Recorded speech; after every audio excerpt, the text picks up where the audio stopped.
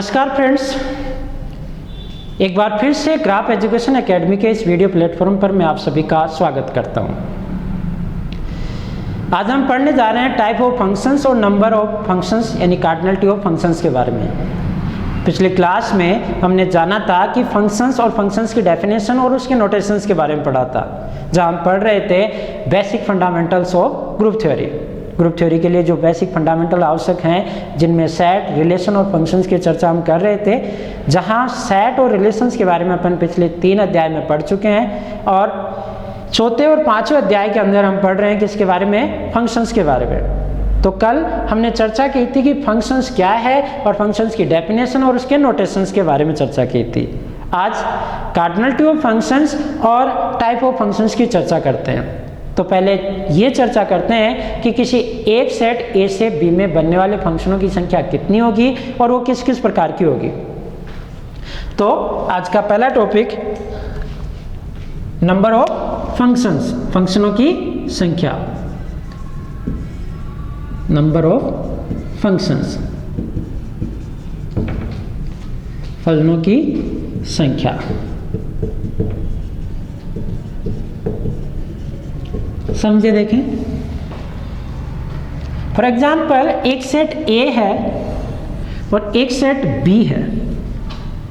ये सेट ए है, ये सेट बी है और ये माना कि सेट ए के अंदर n अवयव है और बी में कितने अवयव है, m अवयव, यानी इसके अवयव 1 2 3 डॉट डॉट n और इसके अवयव 1 2 3 डॉट डॉट m अवयव है। तो सेट ए से बी में बनने वाले कुल फलनों की संख्या कितनी होगी, इसके बारे में चर्चा करते हैं। अब फंक्शंस की डेफिनेशन ये कहती है कि सेट ए का प्रत्येक अवयव बी के अद्वितीय अवयव से क्या होना चाहिए, जुड़ना चाहिए। तो अगर जैसे ही मैं पहला एलिमेंट लूँ तो उसके पास मेरे पास कितनी चॉइस है, वो 1 पे जा सकता है, वो 2 पे जा सकता है, वो 3 पे जा सकता है और वो ऐसे ही m पे जा सकता है। ऐसे ही बीच में अगर कोई एलिमेंट है तो उस पर भी जा सकता है। यानी 1 या 2 या 3 या 4 या m, इन m एलिमेंटों में कहीं ना कहीं यूनिकली क्या कर सकता है, जुड़ सकता है। यहाँ ये नहीं है कि 1 की m कॉम्बिनेशन है, यानी 1 m जगह जुड़ा हुआ है। 1 इन m एलिमेंटों में से किसी एक एलिमेंट पर क्या हुआ है, जुड़ा हुआ है यूनिकली। तो यानी पहले वाले एलिमेंट के पास कितनी चॉइस है, यहाँ m चॉइस। ऐसे ही 2 लिया तो 2 भी कहाँ जा सकता है, या तो 1 पे या 2 पे या 3 पे या 4 पे या m पे, यानी 2 के पास भी कितनी चॉइस है, m चॉइस। यहाँ एक बात ध्यान दें, अगर सेट ए से बी के अंदर इस प्रकार का कॉम्बिनेशन, ये 1 और 2 और इधर कोई एक एलिमेंट x है, तो 1 भी x पे और 2 भी x पे, ये सब पॉसिबल है। 2 एलिमेंट एक जगह मैप कर सकते हैं परंतु एक एलिमेंट 2 जगह मैप नहीं कर सकता। तो इसका मतलब अगर 1 1 पे मैप हो गया किसी समय, तो उसी समय 2 भी 1 पे मैप हो सकता है। यानी अगर 1 1 पे चला गया तो 2 1 पे जा सकता है और 1 अगर 2 पे चला गया तो 2 भी 2 पे जा सकता है। अर्थात 2 के पास भी वो m चॉइस वैसे की वैसे बनी हुई है और 1 के पास भी m चॉइस वैसे की वैसे ही बनी हुई है। इसी प्रकार तीसरे एलिमेंट 3 के पास भी कितनी चॉइस होगी, m, और nवें एलिमेंट के पास भी कितनी चॉइस होगी, m चॉइस होगी। अर्थात कुल चॉइस जो बनेगी, जो टोटल चॉइस होंगी, वो कितनी होगी, m into m into m into dot dot into m, अर्थात m की पावर n। और इतने ही क्या बन सकते हैं आपके पास फंक्शन, किससे, सेट a से b में। यानी सेट a से b में बनने वाले कुल फंक्शनों की संख्या कितनी होगी, m की पावर n। इसे डिफाइन करते हैं हम, लिख ले यहां, यदि समुच्चय A में n अवयव व B में m अवयव है तो समुच्चय A से B में बनने वाले कुल फलनों की संख्या क्या होगी, m की पावर n होगी। अर्थात ये इस प्रकार की बात हुई, मैं मैथमेटिकली इसे लिख दूँ तो इफ कार्डिनलिटी ऑफ ए कितनी है n और एंड कार्डिनलिटी ऑफ b वो कितनी है m, then number of function from a to b कितने होंगे m की पावर n या कार्डिनलिटी ऑफ b की पावर कार्डिनलिटी ऑफ n, यानी b में जो अवयव है उनके ऊपर किसकी पावर लगेगी, a की पावर के अवयवों की संख्या। इसी प्रकार सिमिलरली अगर आप उल्टा निकाले नंबर ऑफ फंक्शन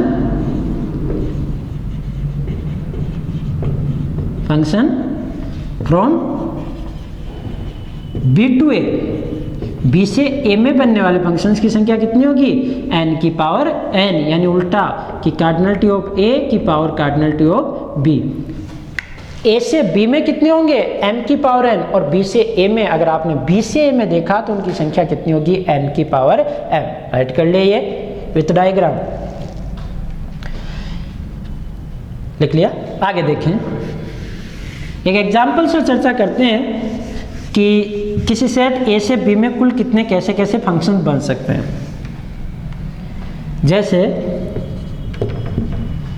एक सेट लिया a जिसमें एलिमेंट लिया अल्फा और बीटा, और एक सेट लिया b जिसमें एलिमेंट लिए a और b।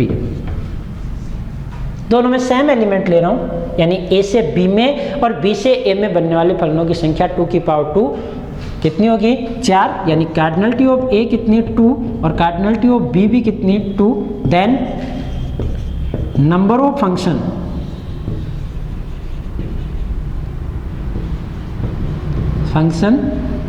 From a to b या b टू a, दोनों सेम होंगे, 2 की पावर 2 यानी 4। वो चारों फंक्शंस मैं यहाँ बना रहा हूँ आपके पास, ये पहला, ये सेट A, ये B, F1 नाम दे देता हूँ, इधर अल्फा बीटा, इधर A और B, अल्फा A पे कॉम्बिनेट हो जाए, बीटा B पे कॉम्बिनेट। आपको फंक्शन बनाते वक्त ये ध्यान रखना कि A का प्रत्येक एलिमेंट क्या करना चाहिए, B के किसी ना किसी एलिमेंट से जुड़ना चाहिए, यानी B का एलिमेंट स्वतंत्र हो सकता है परंतु A का नहीं। ऐसे ही दूसरा फंक्शन F2, इधर set A B, element alpha beta A B, alpha B पे चला जाए और बीटा कहाँ चला जाए A पे, ये अलग प्रकार का फंक्शन। तीसरा फंक्शन F3, अल्फा बीटा, ये A और ये B, ये A B, अल्फा A पे, अगर बीटा B पे जाएगा तो ये बन गया, तो बीटा की चॉइस कहाँ रही, बीटा A पे, दोनों एक जगह मैप कर गए। और चौथा, दोनों A पे ना मैप करके किस पे मैप कर जाए, B पे, ये अल्फा बीटा A B, ये सेट A, ये B, अल्फा भी B पे और बीटा भी किस पे, B पे, यानी कुल ये 4 फंक्शंस हैं जो सेट A से B में डिफाइन हो रहे हैं। अब ये किस प्रकार के होंगे, कैसे, ये आप पढ़ चुके हैं कि ये 1 1 on 2 है, ये भी 1 1 on 2 है, ये मैनी 1 into है, ये आपके पास मैनी 1 into है। तो इन चीज़ों की चर्चा अपन करते हैं कि इनमें से कौन सा 1 1 अर्थात एक एक ही है या सर्जेक्टिव है, कौन सा ऑन टू इंजेक्टिव और कौन सा इनटू और बाइजेक्टिव है। तो अब पढ़ते हैं हम टाइप ऑफ फंक्शंस की बात, लिख लिया।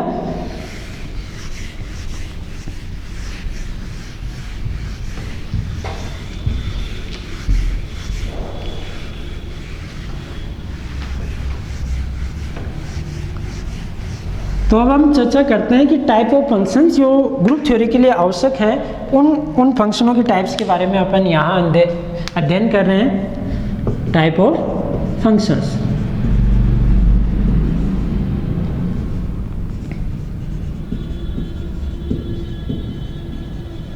जो मोस्टली अपन यहाँ पढ़ने वाले हैं, पहला 1 1, दूसरी भाषा में कहो तो सर्जेक्टिव या एक एकेकी फलन। 1 इंग्लिश में बात करूं तो मैं इसको क्या कहते हैं, हम इंजेक्टिव फंक्शन, इंजेक्टिव फंक्शन भी कहते हैं इसे। तो इसकी डेफिनेशंस की चर्चा करते हैं टाइप ऑफ फंक्शंस में। एकेकी फलन क्या होता है? एकेकी फलन का आशय इससे है कि सेट ए का प्रत्येक एलिमेंट बी से मैप तो करना चाहिए, परंतु वो इस प्रकार की सेट ए का एक एलिमेंट बी के एक ही एलिमेंट से मैप करे, और अगर सेट ए का दूसरा एलिमेंट है तो बी के वो दूसरे ही एलिमेंट से मैप करे। अर्थात इस प्रकार मैप हो कि अगर ए से बी में आपने कोई फंक्शन बनाया, सेट ए है, बी है, इधर कोई एलिमेंट अल्फा बीटा गामा, इधर कोई ए बी सी, तो इस प्रकार हो कि अल्फा ए पे जाए, बीटा बी पे जाए, गामा किस पे जाए, सी पे। ऐसा नहीं हो कि अल्फा और बीटा मिलके ए पे चले जाए। उस कंडीशन में फंक्शंस मैनी वन कहलाएगा, 1 नहीं कहलाएगा। तो 1 कब कहलाएगा कि अगर इधर कोई दो एलिमेंट बराबर हैं, यानी सेट बी में अगर ए और बी बराबर है, जैसे आप दोनों इनको इक्वल करते हो तो इधर अल्फा और बीटा भी क्या हो जाएंगे, इक्वल हो जाएंगे। और इसको क्योंकि अगर दोनों ये बराबर हों और अल्फा बीटा के इक्वल नहीं हो, तो ऐसी स्थिति में क्या होगा, अल्फा और बीटा तो इक्वल नहीं है, परंतु दोनों जगह कहाँ मैप कर रहे हैं, ए पर। इसका मतलब कौन सी स्थिति हो गई है, मैनी वन, जो आगे पढ़ने वाले हैं। और ये अगर दोनों बराबर हो जाएं तो ये दोनों भी बराबर होंगे, और उस कंडीशन में एक एलिमेंट एक पे ही मैप करेगा, और ये डेफिनेशन किसकी कहलाएगी, 1 की। तो परिभाषा बनाते हैं इसकी। देखो डेफिनेशन किस प्रकार है,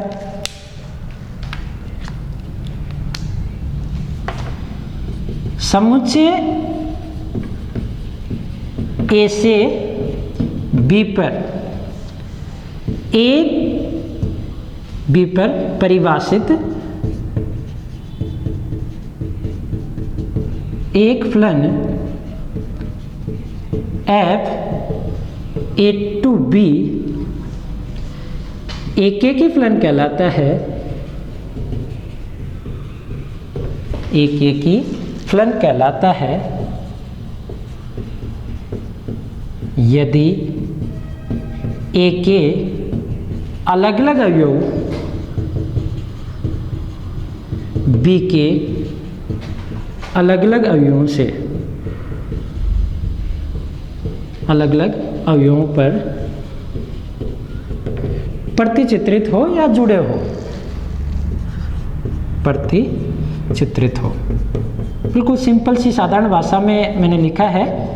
अर्थात ऐसा हो कि यदि f(x) fy के इक्वल है तो x किसके इक्वल होना चाहिए, y के, जहां x और y किसके एलिमेंट हैं, a के।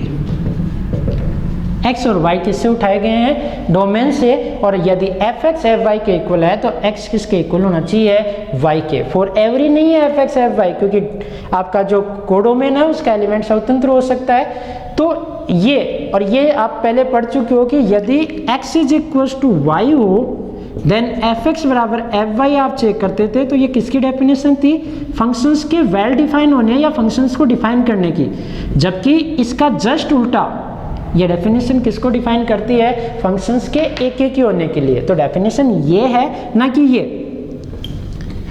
तो कोई भी फंक्शंस 1 होगा यदि उसके लिए f(x) fy के इक्वल हो, देन x किसके इक्वल हो, y के, जहां x और y किससे ले गए हैं, a से। जैसे एग्जाम्पल के तौर पे चर्चा करें इसका, तो मैंने एक फंक्शन बनाया f(x) is equal to 3x³ plus 2x plus 5। तो ये फंक्शंस एक ही है या नहीं, इस बात को जांच करते हैं, सही, जहां x किस में है, r में, रियल का function. Then for 1 let f(x) is equal to, f(x) किसके बराबर है, fy के। 1 के लिए ये माना कि f(x) किसके इक्वल है, fy के, अर्थात 3x³ प्लस 2x प्लस 5 बराबर क्या है, 3y³ plus 2y plus 5। F Y का मतलब कि x की जगह y पुट कर दो। देन ये चेक करना कि x y के इक्वल है या नहीं।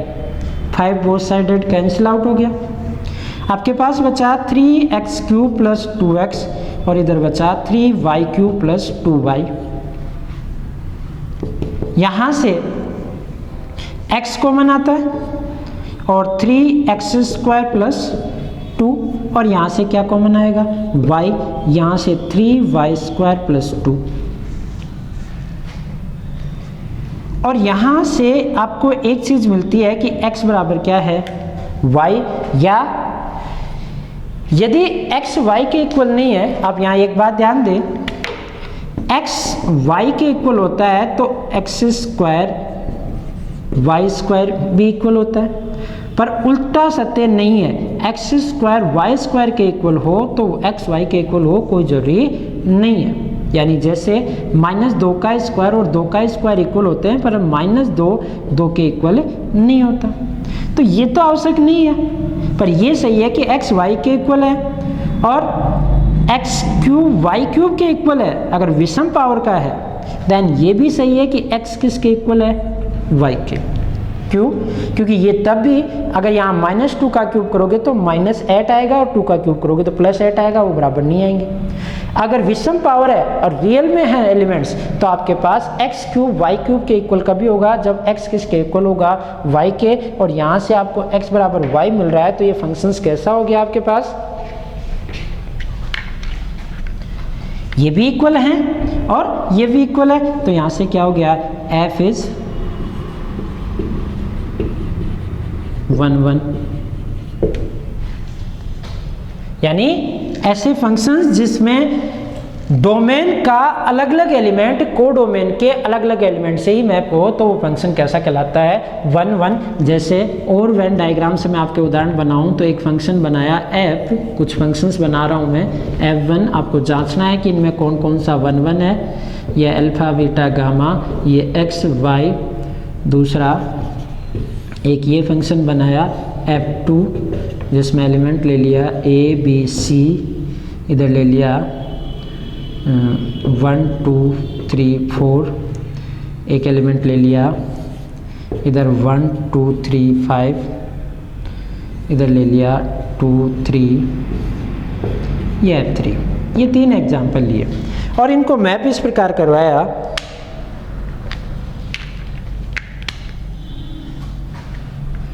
कि अल्फा x पे जा रहा है, बीटा y पे, गामा कहाँ जा रहा है x पे। इसमें ये a पे, ये 2 पे, ये 4 पे, और इसमें ये 2 पे, ये 3 पे। इधर कुछ और एलिमेंट ले लेता हूँ मैं, एक केस में इन दोनों को बराबर कर लेते हैं 4 और 6, ये 4 पे और ये 5 किस पे 6 पे। इस प्रकार के कॉम्बिनेशन, इन 3 कॉम्बिनेशन में कौन कौन सा 1 1 है चर्चा करते हैं पहले वाले की। इसमें बात करूं तो a का एक एलिमेंट अल्फा b के एलिमेंट x से मैप कर रहा है और दूसरा एलिमेंट बीटा y से मैप कर रहा है, दोनों अलग अलग है। परंतु गामा अगेन किससे मैप कर रहा है x से, अर्थात 2 एलिमेंट यहाँ किससे मैप कर रहे हैं x से। तो ये 1 1 नहीं है। कारण, आप कारण लिखें जैसे, तो क्योंकि देयर एग्जिस्ट कौन, अल्फा एंड बीटा, सॉरी एक अल्फा और एक गामा जो किसमें है ए में, सही, where there exist alpha and gamma in x में, एंड f अल्फा और f1 अल्फा और f1 गामा ये दोनों बराबर है, but alpha not equal to gamma. दोबारा समझे, ये 1 1 नहीं है। कारण कि 2 एलिमेंट ए में ऐसे एग्जिस्ट करते हैं, दोनों अलग अलग है, अल्फा और गामा ए में ऐसे एग्जिस्ट करते हैं ताकि f1 अल्फा और f1 गामा ये दोनों मैपिंग तो इक्वल हैं, और किसके इक्वल है, ये x के, परंतु अल्फा और गामा इक्वल नहीं है, ये 1 1 है। अगर इसमें 2 fx fy के इक्वल है तो यहाँ पे x किसके इक्वल है, y के। भले ही यहाँ एलिमेंट 3 स्वतंत्र है परंतु इधर एलिमेंट ज़्यादा हैं तो फंक्शंस 1 1 बन जाएगा, और अगर इधर एलिमेंट ज़्यादा हैं यानी सेट ए में ज़्यादा हैं तो फंक्शंस 1 1 नहीं बनेगा। इसी प्रकार इसकी चर्चा करूं तो ये भी आपके पास कैसा फंक्शंस है, 1 1 फंक्शंस है। सही।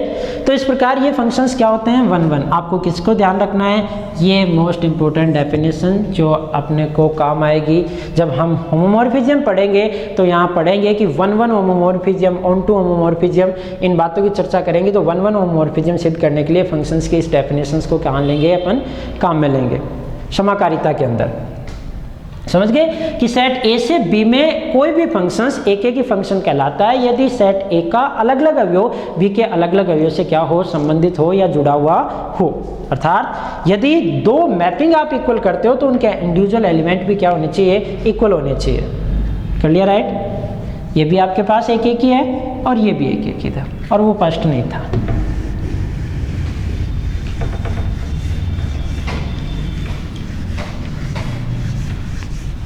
अब बात करते हैं नंबर ऑफ 1 1 फंक्शंस की।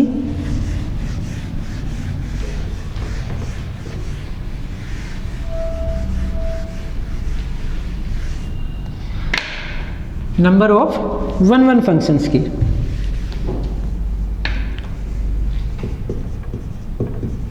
नंबर ऑफ 1 1 फंक्शंस, इसकी चर्चा करते हैं। इसके लिए एक सेट लिया A जिसकी कार्डिनलिटी, लेट सेट A की कार्डिनलिटी n है और B की कार्डिनलिटी क्या है, m है। सेट A में n अवयव है और B में कितने हैं, m अवयव। तो चर्चा करते हैं हम कि A से B में बनने वाले एक की फलनों की संख्या कितनी हो। यदि सेट A में n एलिमेंट है, B में m एलिमेंट है, तो A से B में बनने वाले 1 1 फंक्शंस किस प्रकार के होंगे। यहाँ तीन स्थितियाँ हो सकती है कि या तो n का मान m से बड़ा हो, या n का मान m के इक्वल हो, या n का मान m से क्या हो, छोटा हो। यदि n m से बड़ा हो गया अर्थात सेट A के अंदर एलिमेंटों की संख्या, जैसे यहाँ 1 2 3 है और यहाँ A B है, इनकी संख्या 3, इसकी संख्या 2, तो A से B में 1 1 फंक्शंस क्या बन सकता है, 1 B पे गया, 2 A पे गया, क्या 1 1 है। अब तीसरे एलिमेंट को मैप करने के लिए पास कोई चॉइस ही नहीं रही, तो इस स्थिति में बनने वाले 1 1 फंक्शनों की संख्या क्या होगी, 0। ऐसे ही अगर मैं दूसरा केस लूँ कि n और m बराबर हो जाए, यानी इसमें और इसमें बनने वाले फंक्शंस की संख्या ज्ञात करनी कि सेट A में और B में एलिमेंटों की संख्या, जैसे यहाँ A B है, यहाँ x y है, इसमें भी 2 एलिमेंट, इसमें भी 2 एलिमेंट, तो A x पे जा सकता है, B y पे। ऐसे ही आपके पास दूसरा फंक्शंस बना सकते हो आप A से B में, f2, यहाँ A ये B ये x y, A y पे जा सकता है और B x पे। ये 2 चॉइस हो सकती है। ऐसे 3 एलिमेंटों के लिए आप चर्चा करेंगे तो उनके पास 3 चॉइस हो जाएगी, इधर 3 इधर 3, तो एक 3 जगह, फिर एक फिक्स होकर बाकी 2 जगह, फिर अगला एक फिक्स होके, ऐसे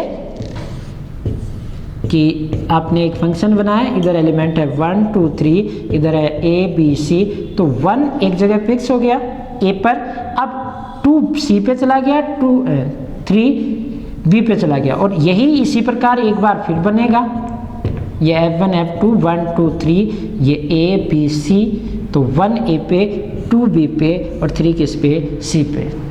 तो ये 1 के बाद इनकी 2 मूव होने की चॉइस हुई, एक ये और एक ये। ऐसे 2 को फिक्स करके 2 चॉइस और ऐसे ही 3 को फिक्स करके 2 चॉइस, अर्थात कुल कितने 1 1 फंक्शन बनेंगे, 2 + 2 + 2 6। और इस स्थिति में कितने बने, 2, यानी इस केस में 1 1 फंक्शंस बनेंगे।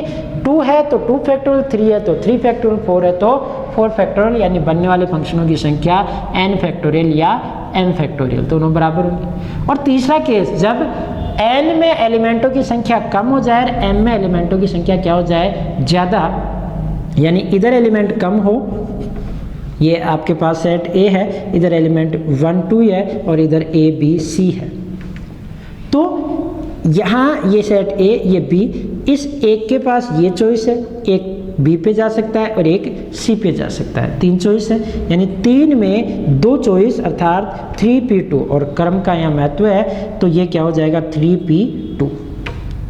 ऐसे ही ये V पे भी जा सकता था और C पे भी जा सकता था, अर्थात 3 फैक्टोरियल बटा 3 - 2 फैक्टोरियल, ये कितना हो गया 6। यानी इस स्थिति में बनने वाले 1 1 फंक्शनों की संख्या कितनी होगी, 6 होगी।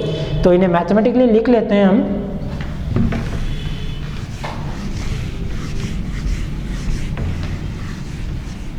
कि सेट ए से बी में बनने वाले 1 फंक्शनों की संख्या। राइट, कि एक सेट ए है उसमें n एलिमेंट, बी है m एलिमेंट, तो समूचे इसी से आगे लिख ले, समूचे ए से बी में बनने वाले एक एक की फलनों की संख्या कितनी होगी? यदि n का मान, पहला केस कि n का मान m से क्या हो जाए बड़ा, तो इस स्थिति में क्या होगी 0। यदि n और m का मान बराबर हो जाए तो इस स्थिति में n फैक्टोरियल, या आप m फैक्टोरियल भी कर सकते हैं, दोनों बराबर हैं, या m फैक्टोरियल। और तीसरा केस कि जब n m से क्या हो जाए छोटा, तो ये संख्या हो जाएगी m p n। इस प्रकार सेट ए से बी में बनने वाले कुल एक की फलनों की संख्या आप क्या कर सकते हो, ज्ञात कर सकते हो। फॉर एग्जाम्पल कि एक सेट ए लिया जिसकी कार्डिनलिटी 7 है और एक सेट बी लिया जिसकी कार्डिनलिटी 2 है, तो then number of 1 function from A to B, A से बी में बनने वाले 1 फंक्शनों की संख्या ए से बी में, यहाँ एक की कार्डिनलिटी बी से ज़्यादा है तो संख्या क्या होगी 0, कारण चूंकि mod of A is greater than mod of B. और इसी क्वेश्चंस को इस प्रकार बनाऊं, then number of 1 function from B to A, अगर मैं बी से ए में 1 फंक्शंस की चर्चा करूं तो ये 2 है और ये 7 है, यानी 7p2 इतनी संख्या होगी, यानी 7 फैक्टोरियल अपॉन 5 फैक्टोरियल, अर्थात 7 × 6 यानी 42। नंबर ऑफ 1 फंक्शन कितने होंगे यहाँ पर 42। आगे बात करते हैं हम, हो गई ये बात की अपन ने किसकी, एक की फलनों की संख्या की।